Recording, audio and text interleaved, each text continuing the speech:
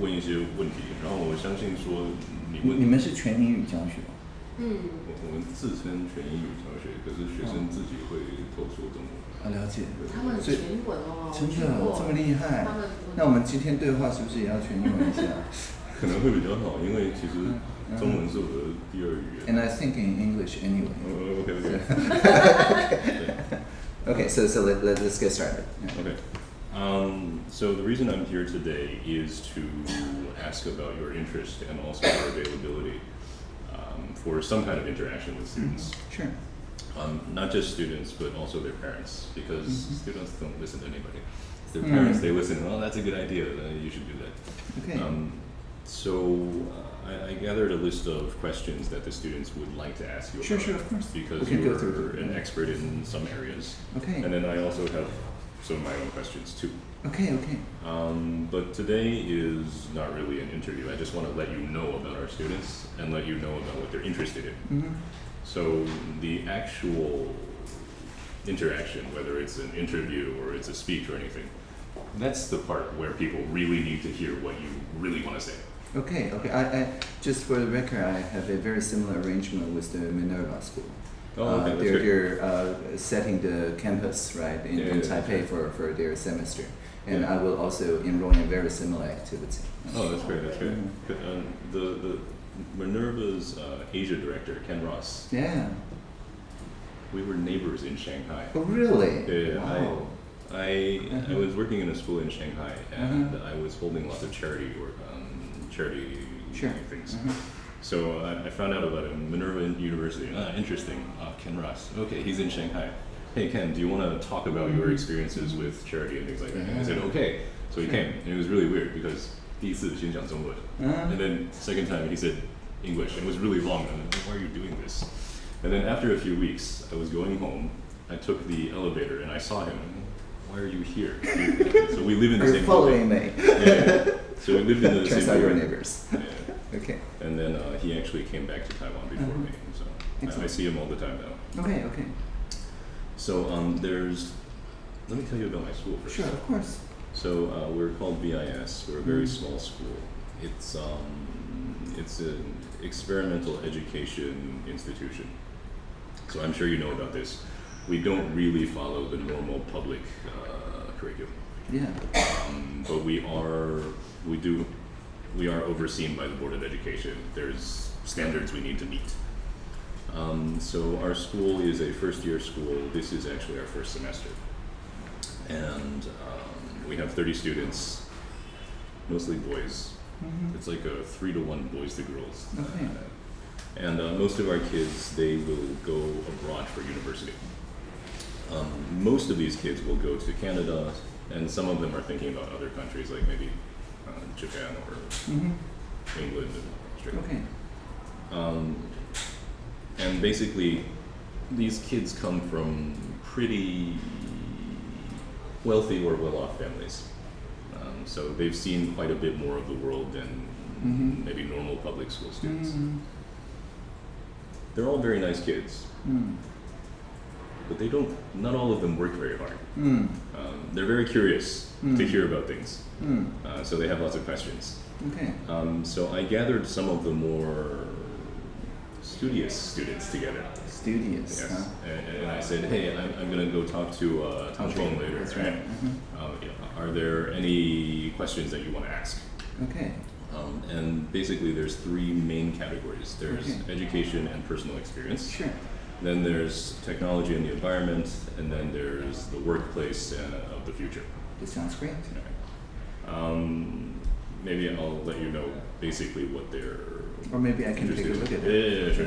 Because you have a extra copy for me, I'm sure. I have my printer's broken. I made so many copies. That's right. Yeah. So actually, the education one is mostly around homeschooling and of course my transition to puberties and so on.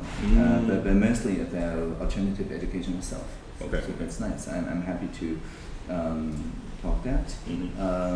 And climate change, explain blockchain like I'm 5, and workspace and the future. These are all very studious. It sounds studious. They're just asking. I don't know if they're really going to listen very closely.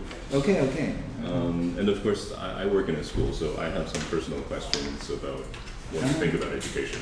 Okay, so why don't we just go through your questions? Because as you mentioned, the students' questions, maybe I'll speak in a lot of detail, but the chance of they actually listen to the entirety of this video. The good students will. The good students will. Not of this video. Of maybe the next time we meet. Yeah, maybe we do a face-to-face. Yes. I got an emergency from study, so. What emergency? Cooking emergencies. Fire. Emergency food. Yeah. So I leave you here talk. Okay. And you go rescue his I food. rescue. Okay, excellent. I'll come by later then. Of course. Thank you. Gastronomy, always very important. Yeah. Okay, so maybe we talk through your questions first, and I'll go back and maybe do some like broad brushes answer, and then we can arrange a time for more in-depth conversation with the students. Okay, sure. If that's okay with you. So, do you want to talk about the format first or the actual content first? Whatever, in whichever. The format, what have you tried and found work? So, Like, do we do 3 study groups? there's no studying going on. There's no studying going on. There's lots 3 of learning listening. groups. 3 curiosity groups. We did a program. Okay. One of these things that I'm hoping you'll be interested in. Okay. Let me show you the picture of what we did last time. Okay. This was actually with Fenros. So basically, I asked him to talk about the topic that he's most well versed in, which is higher education. Of course. So, if you know Ken, you know that he really likes to talk. Yeah. Okay. So Let's see. he talked for about 30, 40 minutes about his school and how education is changing. And then after that, we had a sit down, like a Q&A, where I presented him with some questions I wanted to ask him, and I presented him with some questions that I wanted him Right. to So it's like a fireside chat. yeah, Okay. to answer so that other people For could. 2 hours. Okay. Well, In a Wednesday. Yeah. Okay. I'm not sure if this is something that Sure. you're interested in or you even have time for. Does it have to be 7 p.m.? Can it be like early in the day, like afternoon or noon or even? It can be. The reason that we scheduled it for later in the day Yeah. this time is because we wanted parents to hear it. That's right. That's right. You know, parents are working. But of course, if you don't No, mind, we if you strongly prefer a kind of after work hour, then I can do that. But usually it's just scheduled around Wednesdays. Okay. Because Wednesday is my talking to the public day. Okay. Right, it's my office hour. So my only ask is that it's on the record somehow. Like we make of a course. recording and publish to YouTube. That's the easiest. Otherwise, we can make a transcript as well. Okay. And so if you schedule it in a Wednesday and make it maybe 6:30 to 8:30 or something like that, then I can of course do it. Yeah. That would be. No, we would be very grateful as a school, and I'm sure. Sure. So that's what we basically did, and a lot of the questions that I asked Kat that time some of them were questions that the general public wanted to hear about, but a lot of them were questions that I wanted him to answer for the general public, so he could say things. Yeah. Okay. Yeah, I see that. But we'll do the conversation in English. Do all the parents understand English? It'll probably be in Chinese. In Mandarin. Okay. Well. So yeah, if you're interested in actually. Right. So I mean, I can't cover all 3 areas that's a lot. in 2 hours. Certainly. So we might want to focus.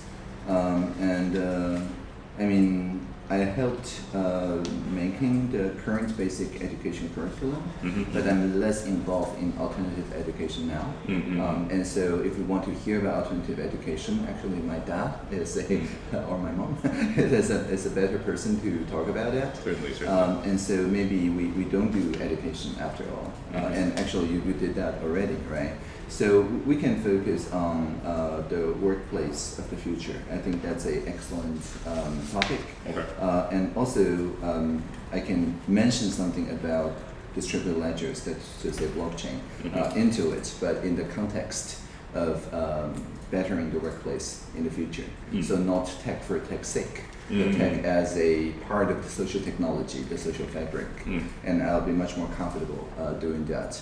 And climate change, I mean, there's mitigation and there's adaptation, and each aspect will easily take 2 hours to certainly. talk, and then that will become a climate change seminar. Yeah. Maybe let's not do that. Okay. Okay, because really it's very systemic and have a lot of repercussions in both mitigation and adaptation. So I might not be the best person to talk about. Maybe you can invite, I don't know, Dr. Tong or someone who is actually a climate scientist to talk about it. So maybe we say workplace of the future, or workplace from the future, at the future, well, whichever.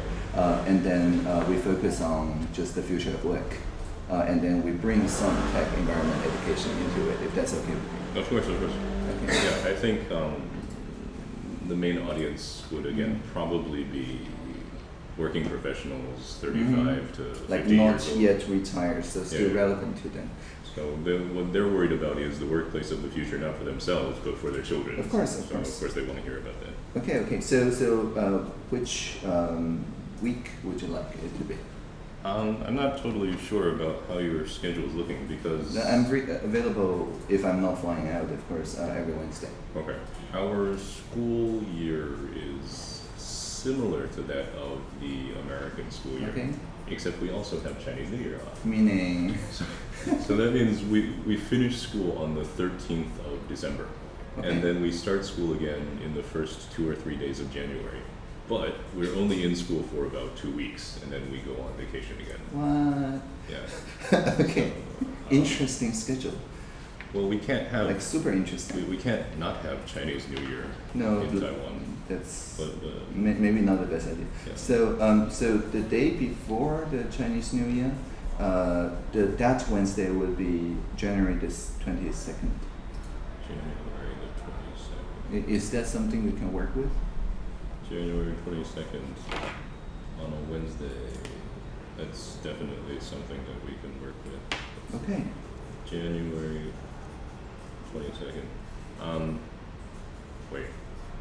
Don't quote me on that yet. No. Okay. It's most likely. It's most likely. Yes. Mostly harmless. Okay. Again, any time that you are available and we are actually in session is totally okay with us. So when do you resume session after the New Year? I think Chinese New Year for us is about 8, maybe 9 days. Okay, so you'll be back in like February 5th. Will be okay, Okay. right? Yeah, it's very possible. Okay.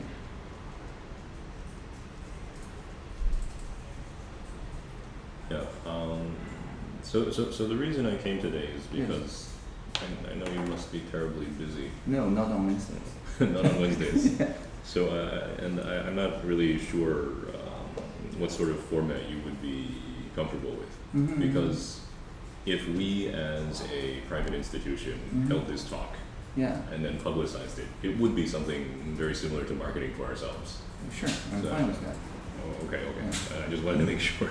No, I just the only thing I ask is that everybody can learn from our conversation by watching either a live stream or a recorded version, or at the very least a transcript. And that for me is for public good, Okay. because we're contributing to the commons. And that's the only ask really. Okay. Well, we'll definitely do that because that's in our own best interest as well. Yeah. Right. So would you prefer before or after the Lunar New Year, so we can get the schedule down? Probably. Let's see. Probably after the Okay. Lunar New Year Okay. would be easier to plan for. Okay. I'm sure. So would you prefer the 12th or the 5th? When would you need to know that? I know you'd rather know right now, but I'm not sure if I can give That's you an right, answer. That's right. Oh, you can't? Okay. Well, I mean, I'm also planning my overseas trips, and so I can't promise beyond these 2 dates. Okay. But I know for sure that I'll be back in Taiwan from India, actually, on the 5th. And so my preference would be on the 5th. but I can do 12 if you let me know long enough in advance. Okay, February 5th. So I'll just tentatively reserve the 5th. Okay, thank you for that. And from 6:30 to 8:30. Mm-hmm.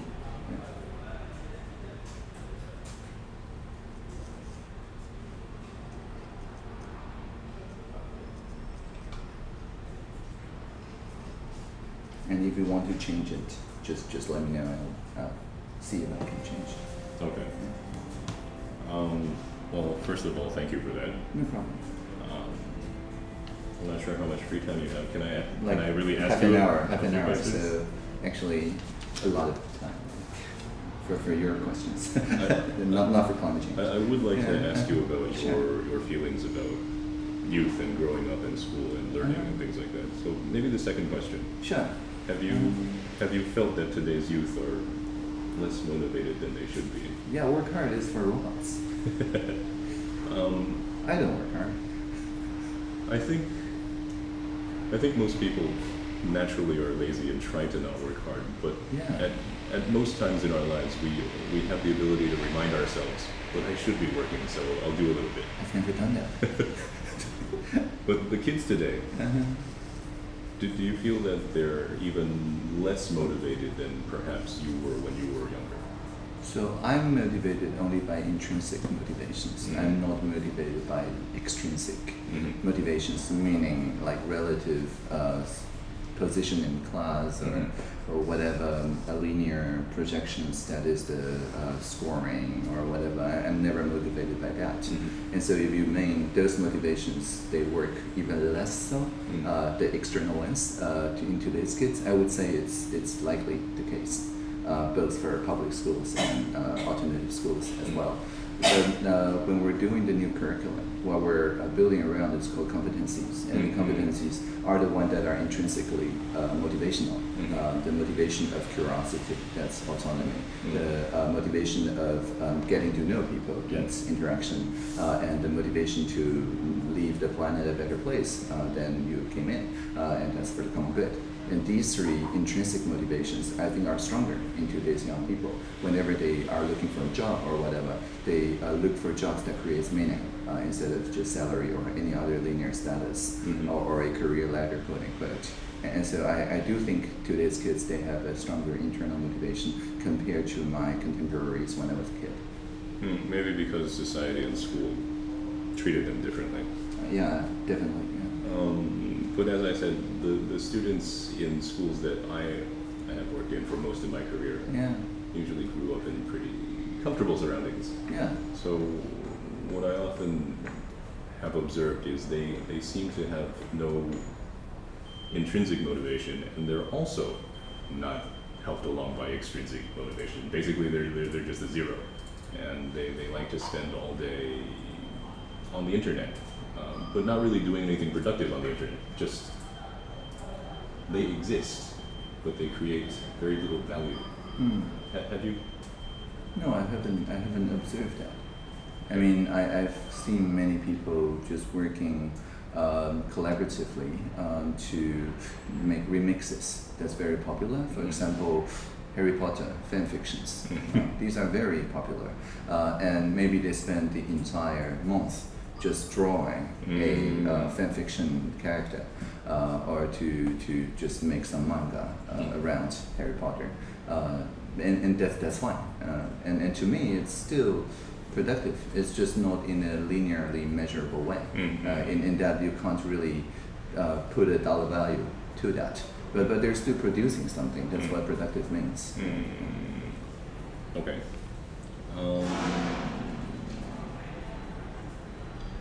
I would like to hear your feelings about number 5 here. I'm sorry, there's no numbers. The amount of information. We're getting so much information these days. Do you think that we'll ever hit a point where we as human beings will no longer be able to process the information? We've long since passed that point. Yes, but we don't feel it yet. Normal people still feel like, oh, I'm in control. I decide what I see and don't see. Maybe one day we'll just be on the bed and we can't move. Huh. You mean like the Matrix, right? Something like that. Okay. Well, the Matrix it's an interesting picture, right? You just have a 10 gigabyte per second line, and the human mind can feel that it's anywhere in the world experiencing anything whatsoever, because that's what our sensory organs, the bandwidth of our sensory organs all combined is just around 10 gigabytes per second.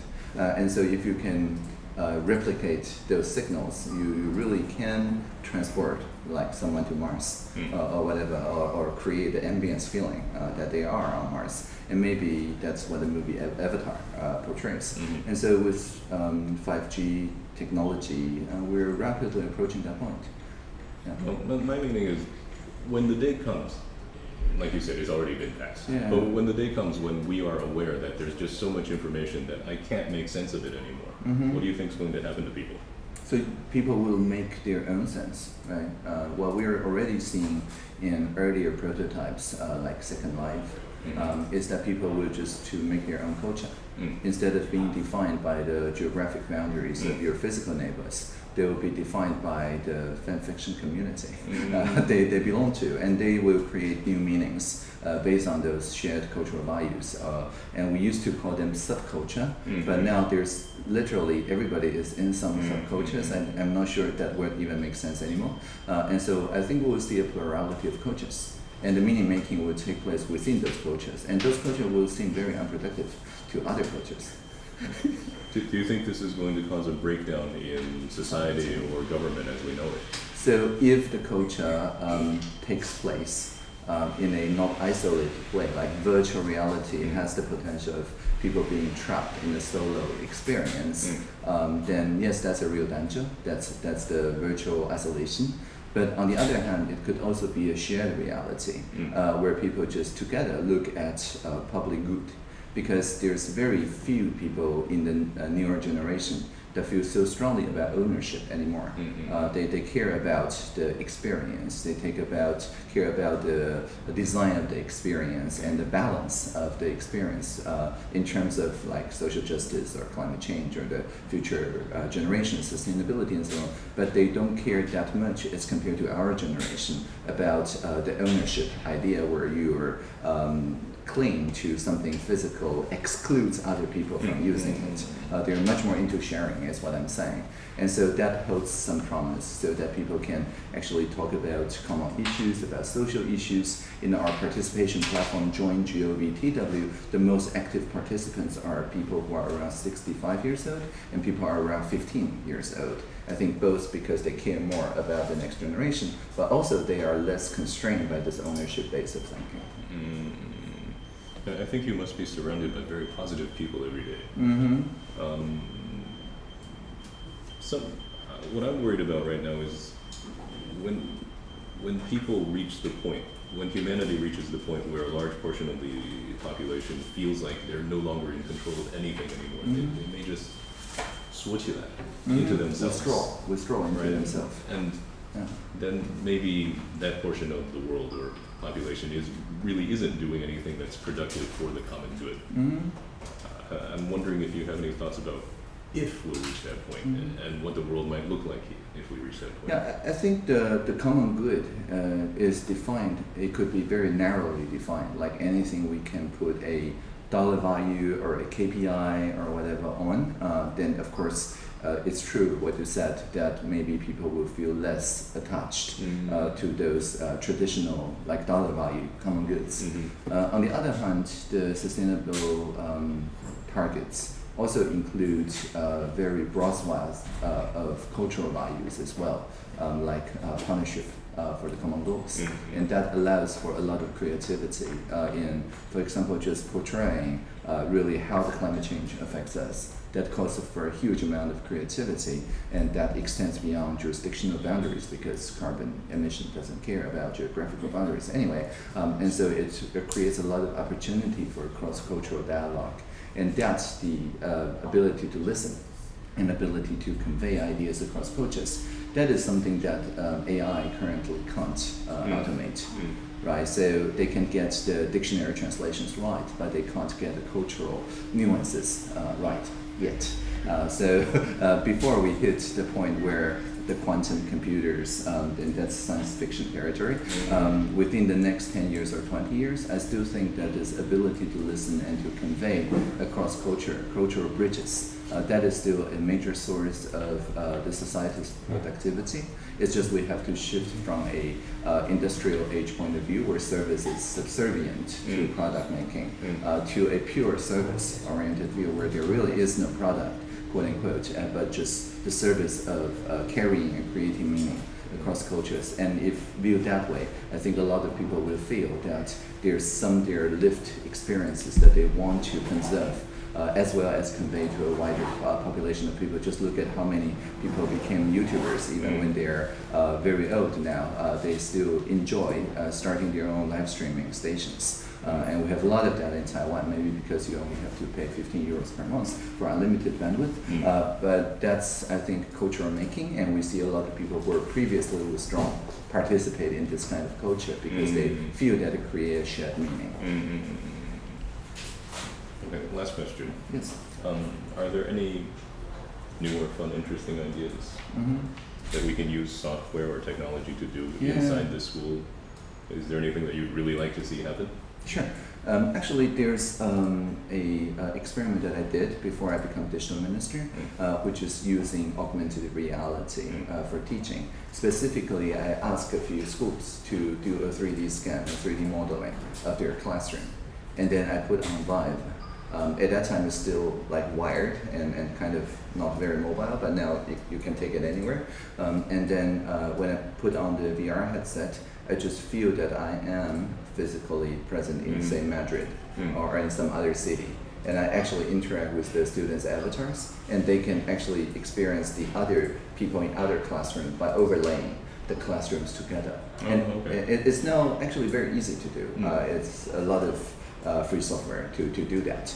And so when you do things this way, I think what Minerva is trying to do, which is city as campus, is based on the idea that you first have to have some shared lived-in experiences for people to feel that their capstone projects are really having an impact to the society. But if you do things through augmented reality, the cost can be massively lowered so that you can go to the non-municipal places. Because a lot of existing curriculum design is still based on fiber optic connection, and that really limits the virtual classrooms you can connect to. So likely it's already city centers, and all the metropolis feel very roughly the same anyway.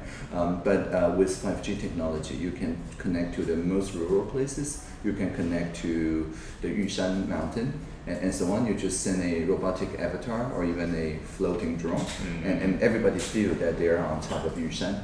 And then people can really have a much more in-depth discussion about, say, geography, about, say, climate change, about, say, environmental protection, and things like that. So a virtual classroom that's based on somewhere in reality, not a entirely like abstract, hallucinated classroom, but just transporting people to an excursion to a place that is very difficult to reach via physical means. It's like the hologram room in Star Trek. That's right, the holodeck. Yeah. Yes, the holodeck. That's right. So holodeck, I think, is great for education.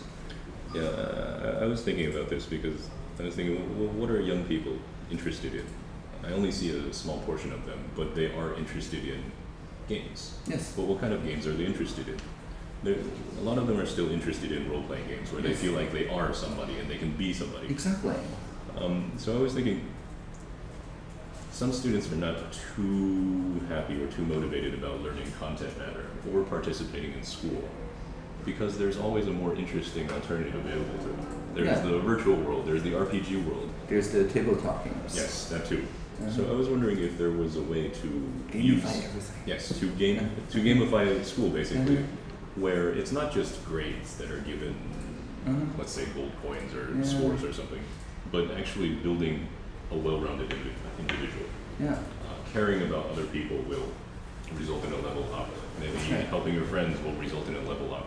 Doing things in arts and culture will result in a level up. And then with this sort of program, because today's kids are very visual, they're used to seeing things in this kind of grading system or like bar graphs or something. So a lot of the time you ask them, hey, how are your studies going? and they don't know what to answer you because they That's really right. don't know. That's But right. if you could If visualize it skill for them, tree or something that's right. like If you that, could yeah. visualize it for them, they might actually feel more ownership of their own production and learning. Yeah. Has anybody ever, I'm sure people have looked into it, has any company or any organization actually built? Well, this sort of- for online learning of programming, it's already the norm. So if you talk to code.org, I did, or Khan Academy, or the usual suspects, Yeah. they're already using this kind of unlock specific skills, a tree of skills, RPG way to shape. And there's even like the code combat that literally asks you to enter into an RPG and write some code. Yeah. I'm wondering, do these actually look like games? Yeah, they do. They do.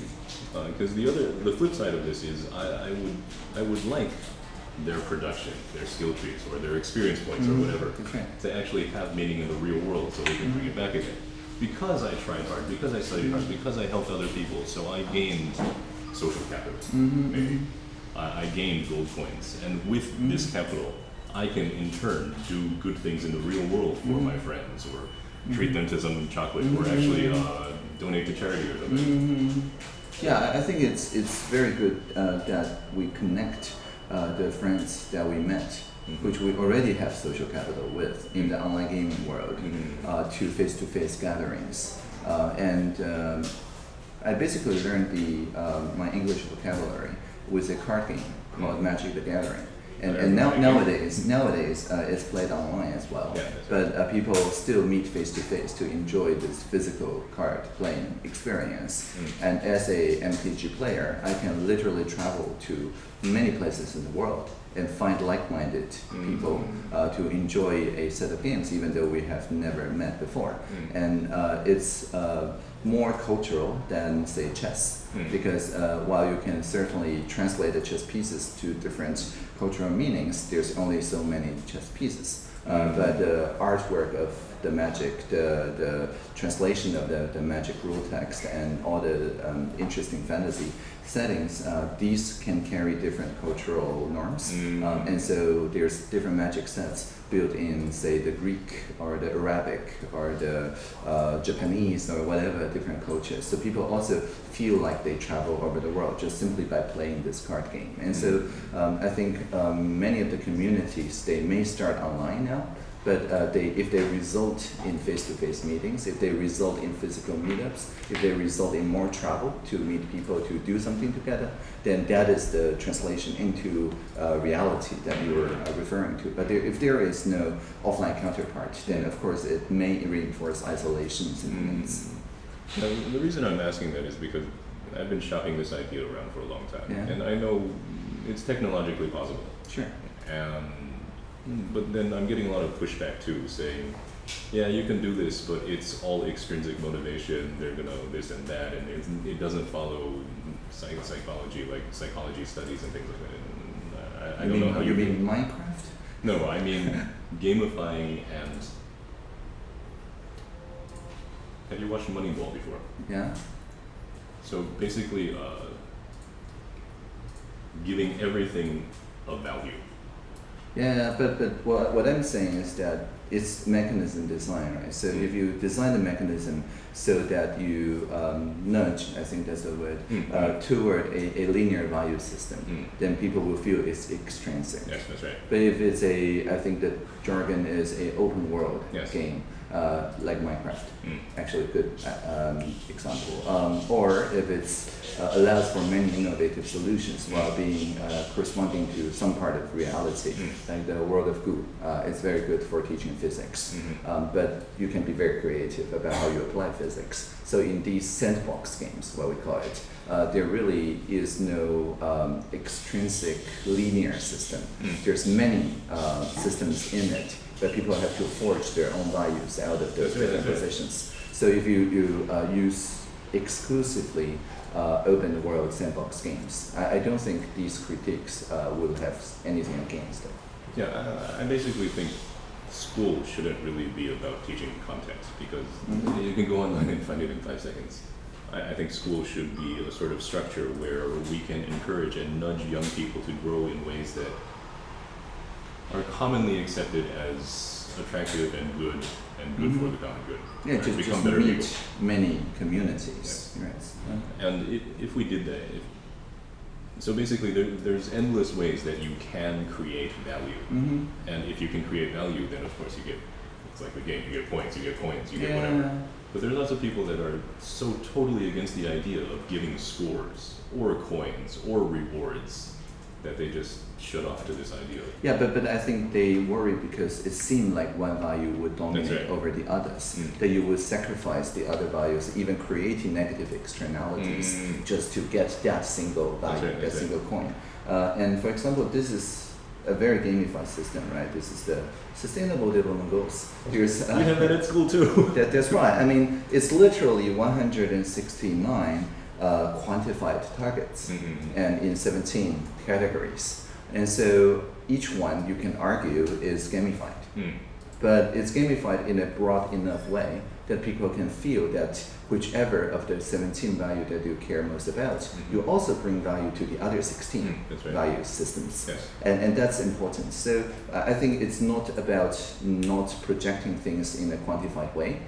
It's rather about not to the exclusion of everything. So I think if you start designing so that you can climb the ladder of at least 17 different value systems like the sustainable goals, then I think it's a very balanced design. Nobody will be against that. Well, I'll have to invite you to talk to some other people again then. Okay, sure. I'm happy to do the ambassadorship for the sustainable goals. Okay. Well, I'm more concerned about just general education. Yeah. Do we have time for one? Yeah, sure. Of course. Maybe we can take a look at number 3. Sure. I know that you've helped shape some parts of the current education system. Yeah, the new curriculum. Yeah. But people's thoughts die hard.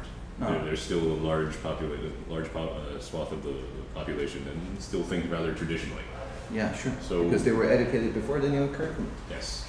So, are there any philosophical or directional disagreements you have with current thought, not current design, but actually the current thought of society as a whole? But you just have to read the new curriculum to see those change of directions. In particular, I think the focus on linear projections based on the quote-unquote disciplines, I think that is the main disagreement of the current thoughts and the new curriculum. The new curriculum talk about the idea of autonomy, which is essentially saying if the student finds something interesting, an interesting problem to solve, it may be environmental, societal, or economic, instead of confining them to different disciplines, which is like constellations, right? In a star, there's many constellations, but that is just one way to memorize the stars. And every culture has their own different way to sort the stars. But previously, we kind of confined people to their major or their main interest, and that's like a constellation. And then we rank and judge people based on that. But a truly cross-disciplinary approach would be start from the basic question that you would like to inquire and essentially make your own constellation, because there may be some nearby stars here and some nearby stars there. And they're still stars. I mean, these are the shared knowledge and wisdom in the civilization, but they may be labeled differently. And so this cross-disciplinary or even anti-disciplinary way, I think, is the main philosophy behind the new curriculum design. But by and large, I would say not only Taiwan, the entire world may not be that anti-disciplinary, certainly not higher education.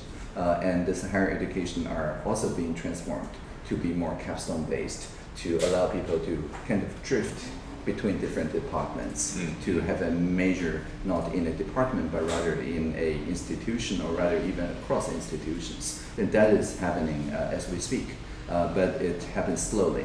But I think there's a strong motivation for people to think beyond existing disciplinary, because these merge so quickly now. Because of automation and everything, what used to be very stable disciplinary boundaries may change in 12 years and may change before the 12 years. But if we look at a basic education and train people in a linear way, and that's become entirely automated or merged into some other discipline, they will feel actually a sufferer of dignity. when they find whatever they have identified with has disappeared. But if they start from their personal inquiry, then all of these merges and so on are just assistive intelligence that helps them along the mission. And that is why common good is the core competence. Are you getting any pushback from established school or education administrators? Or is anybody complaining like, I just don't have the manpower, or my manpower isn't properly trained to execute it?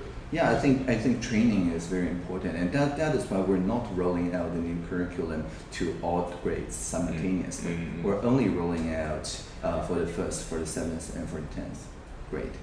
And it will take 6 years for everybody to kind of witness this gradual transition. So I think that's practical, and we do get pushbacks, especially around maybe the 4th to 6th grade, which is traditionally when you start being a more transitioning, being a more playful culture into a more linear culture. Yes, the test-taking machines. Right, exactly. Thank you. Right. So that is maybe the hardest, but they will only have to change 4 years, 5 years down the road.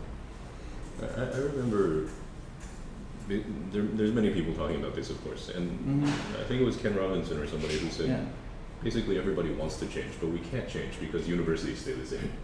We already changed the University Act so that the different departments may join to form a curriculum, and that they may hand out equivalent to graduate school degrees by having the students complete a 2-year capstone. And so all of this is already in the law. It's just whether university would like to embrace this new way of working for essentially lifelong education, because then it's not predicated on your age, really. Whenever you have a capstone to work with, no matter your age, you can enter this kind of programs across universities. So there's 2 approaches. One is alternative schooling in the university level that ignores the entire structure and just do things, just like what you're doing to the basic education level. And so that's one possibility. The other is some experimental divisions within existing universities that want to work with the new University Act. I think as administrators in schools, some people are just obsessed with being able to fairly and properly assess and give a grade to each and everything. And what they're worried about is if there's too much variation or too much freedom given, then it's impossible to grade people. Too many dimensions. Yes, and so then the question becomes, can I, in good faith, say this person has graduated from, let's say, high school or university? I think that's one of the big problems facing administrators today. Yeah, but I mean, in liberal arts disciplines, that's already the case. If you have a graduate degree in modern art, in contemporary art, that is already such a case going on. Right, so we will just have to accept the fact that more and more things are creative and design work instead of measurable, repetitive work, because these are automated. Well, one of my thoughts on this is, I think things can be graded, but they shouldn't be graded by one person, and they shouldn't be graded on a very fixed and rigid rubric. Yeah, multidimensional. It should be judged by a society, or at least a group of people as a whole. I totally agree. It should be judged by the social impact. Yes. So does it create value? And the environmental impact, and the economic impact. That's right. And if it's acceptable by the majority of people, then okay, you passed. That's right. I totally agree.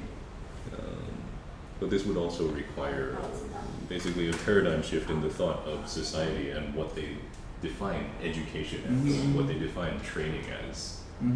So society has to become involved in education once again, in order for education to be able to move towards.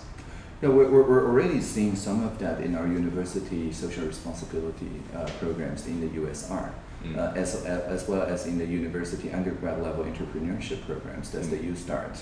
And these 2 programs are specifically designed so that students' work is judged not by the arbitrary linear success metric, but rather by the environmental, ecological, that's one part, and social and economic impact that they're having to the surrounding community.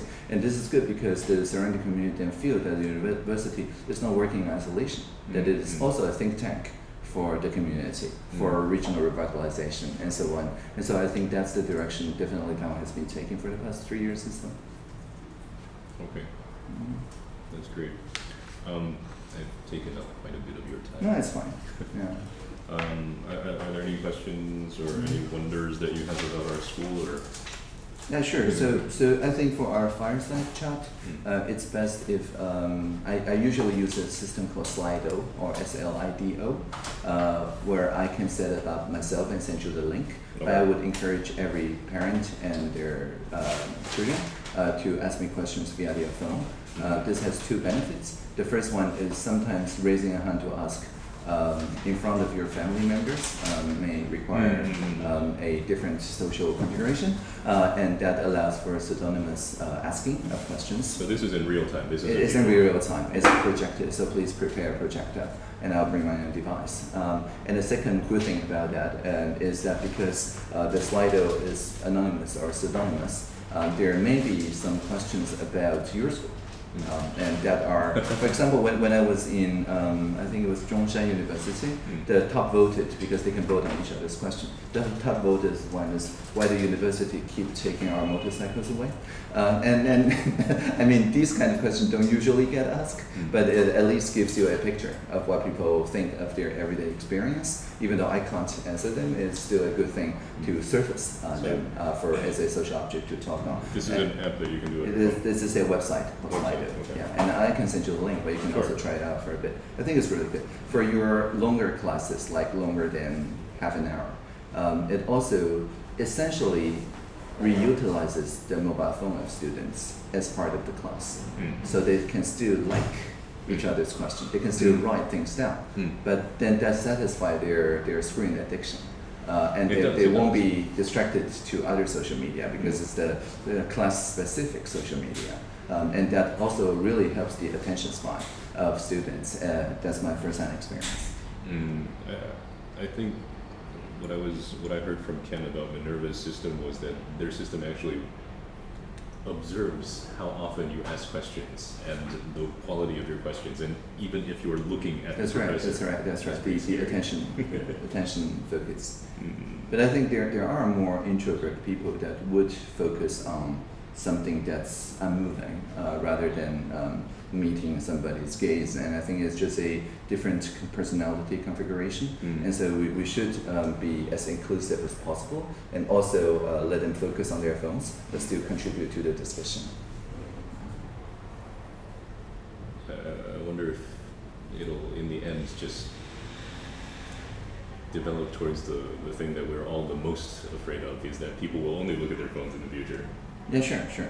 But on the other hand, I think if we design the applications on their phones so that they serve as something that supports the face-to-face meetings, then people will see on their phone what's coming next, and that gives them assurance, and then they will have more time and attention for conversations. So I think what's showing on their phone is really key. If it's pro-social, then that's good. And if it's anti-social in the sense that everybody's playing their own game, then of course that's bad. Okay, I'll have to take a look at this website then. Okay. Thank you. Cool. Is there I've told you about my target audience, mostly parents, some students. Is there a target audience that you would really like to, I'm sure you can already, but for this particular fireside chat, is there an audience that you really want to reach? No, I think it's up to you. Okay. Yeah, you're the host. And how public would you like this to be? Would you like it to be open to the general public? Where would you like the venue be? Well, if it was just my school holding it, then it would probably be at school. But our space is actually not very big. Last time we had a talk, I'm guessing we had about 60 to 80 people in the audience. But that's a good size. It allows for more real-time conversation.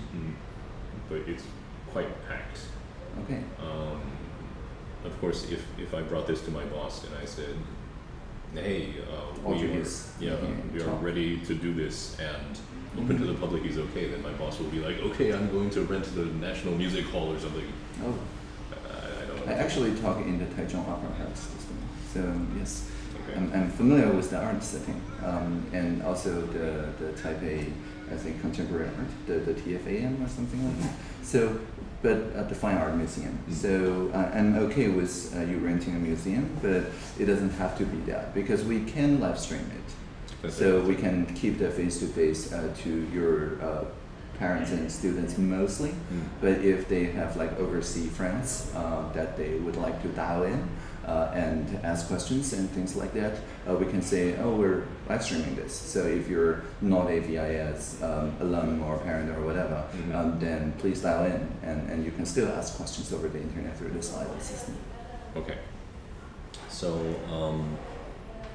of course, we would like to have a Q&A fireside chat, but you said that workplace in the future would be the topic that you'd like to start off as. That's right. Okay. Maybe you start asking me a few questions about that, and I explain about my workplace, which is pretty futuristic anyway, and then we go from there. Okay. All right. And would it be possible to get some pictures that you like of yourself so we can start creating some posters and I have many photos free of copyright restrictions. Okay. So and ST can send you all these. Okay. It's on Pixabay and on Flickr. All right. And of course we will write up a short introduction. We'll let your office and yourself take a look at it. Okay, this is okay, and then we'll send it out. Okay. All right. Anything you want from Japan? My wife is in Japan right now. Oh really? Yeah. Okay. In Chiba. Oh, okay. No, it's fine. I visit Japan very often. All right. My wife actually specifically asked me for a picture with you. Is that okay? Okay, of course. Yes. Right. So that's it. Okay, so for this is It's selfie time. yes.